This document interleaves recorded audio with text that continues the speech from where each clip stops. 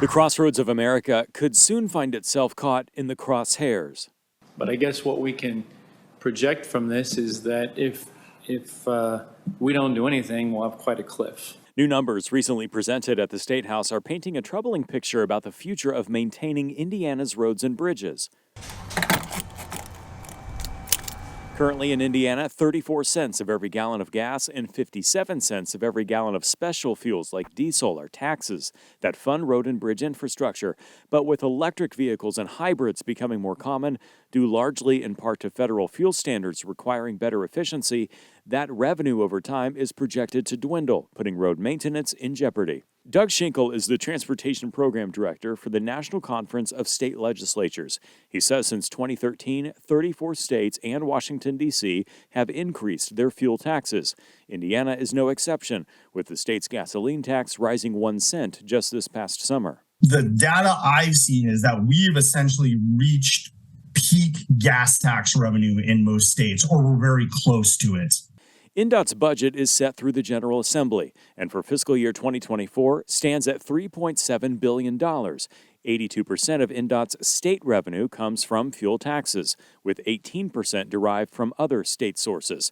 60% of INDOT's total revenue comes from the state, while the federal government funds the rest, which has helped INDOT cover an unexpected 43% increase in construction costs.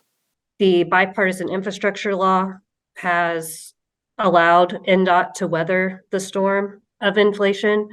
We haven't had to cancel any projects due to inflation. We have had to make some adjustments on timelines. But lawmakers are looking for more concrete and long-term solutions rather than any temporary fixes. A new task force has already met twice this fall to listen to the alternatives. Some of the options presented that other states are doing include a per-kilowatt tax on public charging stations, delivery fees on items you have delivered to your home, and voluntary road usage charge programs, essentially meaning electric vehicle drivers pay based on the miles driven as opposed to a standard fee, an option that requires a reporting device to be installed on the driver's vehicle. States have been more willing to put in general fund dollars or dedicate a certain amount of sales tax revenue.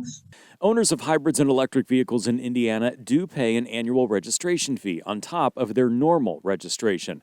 Starting January 1st, that fee in Indiana will rise to $221 per electric vehicle and $74 for hybrids. 35 states have similar fees and use the money for state transportation projects.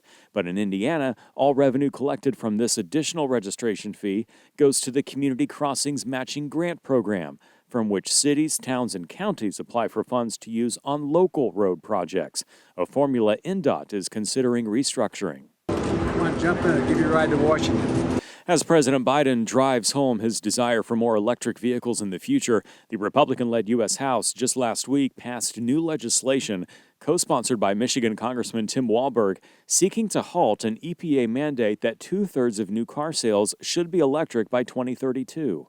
Not only does this EV mandate display breathtaking government overreach into the auto industry, but it's also unaffordable, unattainable, and unrealistic for American consumers. And while Congress and the president debate what we should be driving, states remain focused on how to maintain what we drive on. INDOT, in its own forecasting, predicts half of new car sales will be EVs by 2050, a large increase from the nearly 20,000 on the road in Indiana now. This is not just an electric vehicle problem or an alternative fuel vehicle problem. It is the reality that vehicles are getting more fuel efficient.